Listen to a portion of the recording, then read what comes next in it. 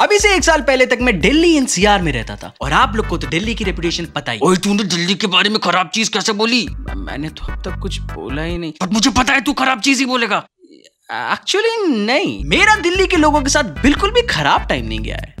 मुझे मत देख भाई, मैं तो एक पूकी हूँ, छोटा सा पापा का परा। हाँ, मैं एक्चुअली तुम हो। तुम मैं कौन हूँ? बढ़िया यार, सीट मिल गई। नींद लग गई थी यार। व्हाट? मैं खड़ा हूँ। ओके, आगे सीट मिल जाएगी, आगे बैठ जाना। और मौसम कैसा है? इंडीड, मौसम कैसा है? दिल्ली में मौसम ने एंड्रू टेट के कॉपीकैट पॉडकास्टर्स की तरह स्टेरॉइड्स ले रखे हैं। ग्राइंड, फाड़ गर्मी, ग्राइंड, फाड़ सर्दी। मैंने एक पुरानी वीडियो में बताया कि कैसे दिल्ली की गर्मी मेरे चश्मे से मेरे गाल जल जाते थे। ग्राइंड। बट अगर आप दिल्ली से नहीं है तो let me introduce to you Delhi की गर्मी। दिल्ली में आप पसीने से भीगते नहीं है, आप इवेपोरेट हो जाते हैं। और तो और दिल्ली में पानी ने खुद निर्जल उपवास ले रखा है। पानी जैसी नॉर्मल चीज के लिए भटकना पड़ता है और अगर कभी पानी मिले भी तो उससे प्यास ही नहीं बुझती है। ऐसे मोमेंट्स में मेरी पर्सनली शिकंजी ने हेल्प करी और ऑटोज ने, क्योंकि यहाँ भी ट्रैफिक कुछ खास है नहीं, लेकिन ऑटो से चलने वाली हवा।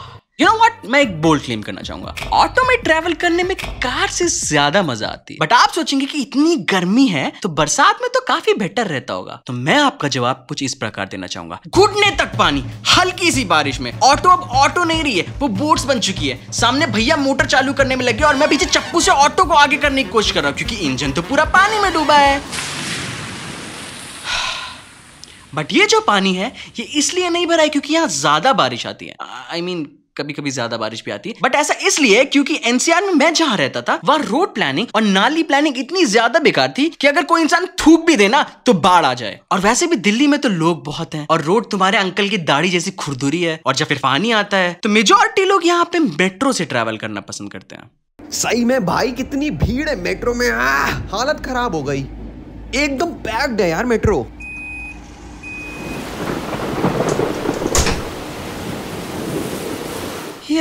इस मौसम में मेट्रो भी हमें बचा नहीं पाती। बट आपने नोटिस किया होगा कि मैंने अब तक ठंडी के बारे में बात नहीं की है, मेनली बिकॉज वो मेरी लाइफ के एक बहुत डार्क इंसिडेंट को रिवील करेगा। इतना ज्यादा डार्क कि आपके रोंगटे खड़े हो जाएंगे। ऑल्सो आई थिंक इतनी भीड़ में ठंडी कंप्लेन करना थोड़ा वियर्ड है। इतना गर्म, कितना सही लग रहा है। वेट, गीला मुंह कौन? दिल्ली मेट्रोज में इतनी भीड़ रहती है कि बैठना छोड़ो, खड़े होने की भी जगह नहीं मिलती है। और अगर मिलती भी है तो बैलेंस बनाने के लिए कुछ पकड़ना तो जरूरी है ना। कैसे करेंगे लेकिन ये, अगर आप एक पिचकू टोमेटो केचप की तरह बीच में फंसे हुए हैं। गलती से बैलेंस करने के लिए पोल भी मिल जाए तो रैंडम लोगों के साथ रोमांटिक एपिसोड शुरू हो जाते हैं। मुझे नहीं छूना भाई तुम्हारा हाथ। आई गेट कि तुम्हें भी पकड़ने की जगह चाहिए, बट कम ऑन। हाथ के ऊपर हाथ रखे जा रहे हैं, पसीने में हमारे हाथ चिपक गए। भाई हम में से एक को विश्वविद्यालय में उतरना था। What the fuck man. और ऐसे समय में आप रियलाइज करेंगे कि थैनोस इतना भी बुरा नहीं था। उसकी आधी पॉपुलेशन मिटाने वाला आइडिया में थोड़ा सा तो दम था। और आप बिलीव नहीं करेंगे, मैंने एक इंटरव्यू पढ़ा था जिसमें डायरेक्टर्स ने बताया कि थैनोस के दिमाग में ये बात आई कैसे। ऐसा मेनली इसलिए बिकॉज थैनोस दिल्ली से था। क्या सुन रहा है भाई? हाँ, मैं पूछ रहा हूँ ये फोन पे क्या चला रखा है? ऐसे ही रैंडम कुछ काम था क्या? नहीं, बस ये पूछना था, ये मेट्रो वैशाली जाएगी ना? नहीं, ये तो नोएडा जा रही है। अब गलत में आ गए। अरे यार, अच्छा एक एक्स्ट्रा मास्क रखे हो। दिल्ली की सबसे फेवरेट चीज ऑब्वियसली वहां की हवा है। फुल मौज हवा भाई, आपकी लाइफ में स्पाइस ला देगी ये हवा। कितनी अच्छी हवा है। एक आम इंसान के लिए सांस लेना इतनी ट्रांसपेरेंट चीज है कि बहुत लोग इस चीज को फॉर ग्रांटेड ले लेते हैं। बट दिल्ली में हर इंसान को पता है कि ये चीज एक ब्लेसिंग है। रिसेंटली न्यूज में आती कि दिल्ली में सांस लेना 25 से 30 सिगरेट स्मोक करने जितना प्रॉब्लमेटिक है। इसलिए दिल्ली में कोई सिगरेट पीता ही नहीं है। और ये जो मूवीज से पहले पीवीआर में मुकेश की कहानी नहीं आती है ना, दिल्ली में बस वी आर सॉरी लिख के आता है। अभी भी अगर मैं कभी भी दिल्ली को मिस करता हूं तो मैं बस रैंडम स्मोकर्स के पास जाता हूं और बोलता हूं मेरे मुंह में फूको। यहाँ इतना अंकल लोग करने से एग्री नहीं करते जितनी वहां की हवा खराब है। और ये चीज सर्दी में बहुत खराब हो जाती है। आपने डरा दिया यार। बट आप उतरे नहीं? भाई राजीव चौक है, यहाँ नहीं उतर पाएंगे, बहुत ही क्रेजी है। पता मेरे दोस्त के भतीजे पे ने एक बार उतरते वक्त मुक्का मार दिया, मैं तो सह नहीं पाऊंगा भाई। I am sorry. वैसे आपने नाम नहीं बताया, आपका नाम? अकी, नाम तो सुना ही होगा। हाय, मैं राजीव चौक को दिल्ली मेट्रो का हार्ट मानता हूँ। I think I can see that. इतने घंटे मेट्रो में ट्रैवल करने के बाद I am experienced enough, but fuck man, वहां इतनी भीड़ रहती है। आई विश मेरे पास कोई आर्टिस्टिक वे होता है इस चीज को एक्सप्रेस करने का। राजीव चौक में सारे अच्छे लोग, शांति प्रिय और सुशील भी, और एकता भाईचारे के प्रतीक। भीड़ में भी है खामोशी। मुझे बचाओ, मैं थम रहा हूँ, अंदर जाओ। धक्का तेरा, पत्थर तेरा, मुंह तोड़ दूंगा। तेरा स्टेशन होगा, कल मैं यहाँ उतरने नहीं दूंगा। और दो दिल्ली में एक्सीडेंट्स बहुत होते हैं, मैंने अपनी आंखों से देखे हैं। ओके, सो दिल्ली में जब मैं नया आया था तो मैंने वहां शिफ्ट होने के पहले मंथ में इतने एक्सीडेंट देख लिए थे जितने मैंने अपनी पूरी लाइफ में नहीं देखे। और क्योंकि एक्सीडेंट्स होने के बाद इंसान डॉक्टर्स के पास जाता है, मैं दिल्ली के डॉक्टर्स के बारे में बात करना चाहूंगा। एक्चुअली डॉक्टर सिर्फ एक। सर्दी के समय में, लेट दैट सिंक इन, सर्दी के समय में दिल्ली मुकेश के फेफड़े से भी ज्यादा धुआंधार हो जाता है। और दिवाली के बाद स्पेसिफिकली हवा में डिस्टिंक्ट बारूद की स्मेल होती है। यहां साफ वाला पटाखा चला गया है, इसके फेफड़े में भी सेम धुआं है। इसका मतलब इसकी मौत इस पटाखे की वजह से हुई है। सर, मुझे इसके बगल में सांप वाला पटाखा भी मिल गया। तो जब मैं फर्स्ट टाइम दिवाली के बाद दिल्ली आया, रेलवे स्टेशन पे उतरते ही मैंने हवा में बारूद नोटिस किया। बट ठीक है यार, इतना दिवाली के टाइम रहता ही है। एक नादान इंसान की तरह मैंने इसे इग्नोर किया और मैं घर पहुंचा। लेकिन फिर रात के 3 बजे मेरी आंखें खुली और मैंने रियलाइज करा कि मेरी पूरी बॉडी में इच हो रहा है। मैंने सोचा कि नहाने के बाद ये बेटर हो जाएगा, तो नहा के मैंने सोने की कोशिश करी। फक, 1 दिन हो गया था और ये इचिंग रुक ही नहीं रही थी।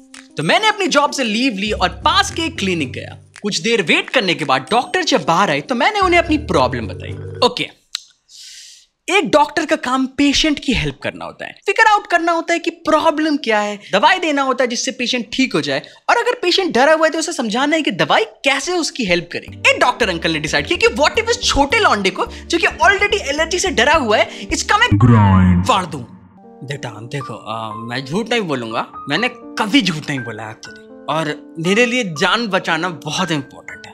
बट मैं आपको एक बहुत इंपॉर्टेंट न्यूज देना चाहता हूँ। आपके जैसे 3 और पेशेंट पहले भी आए हैं।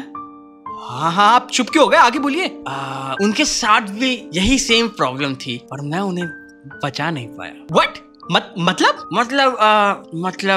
तुम ये दवाई लेके जाओ और अगर तुमसे ठीक नहीं हुए तो मुझे प्लीज माफ करिएगा। What the fuck? Mission successful. मेरा ग्राइंड फट चुका था। मैं ये दवाई लेके घर पहुंचा और एक तो पहले से खुजली से मुझे नींद नहीं आ रही थी और अब ये डर अलग। लकीली 2 दिन में मैं ठीक हो गया। मेरी बॉडी को प्रोबेबली कोई एलर्जिक रिएक्शन हो गया था एकदम से साफ हवा से दिल्ली की हवा में आने में। एंड यू नो व्हाट, मैं ठीक होने का बिल्कुल भी क्रेडिट इस डॉक्टर को नहीं देना चाहूंगा, क्योंकि डॉक्टर और जोक्स बिल्कुल भी सही कॉम्बिनेशन नहीं है। आई डोंट इवन नो कि वो जोक कर भी रहे थे या नहीं। उस दिन मैंने डिसाइड किया कि मैं इस डॉक्टर के पास कभी नहीं जाऊंगा। ऑल्दो मेरा रूममेट एक बार फिर से गया था और उसको भी इन्होंने कुछ बहुत क्रेजी चीजें बोली कि दवाई खाना छोड़ दो, पहले सही से बीमार हो जाओ एंड ऑल क्रेजी। तो ये था पहला इंसिडेंट। बेसिकली मेरी पूरी दिल्ली में ऐसे सिर्फ 2 वियर्ड इंटरैक्शंस हुए हैं। इनफैक्ट क्योंकि मैं लखनऊ से हूं और लखनऊ वाले जरूरत से ज्यादा पोलाइट होते हैं, मेरी दिल्ली के लोगों के साथ बातचीत काफी सही रही थी। मुझे फ्री में चीजें मिली हैं, extra help. Basically I don't know, Delhi people were nice to me.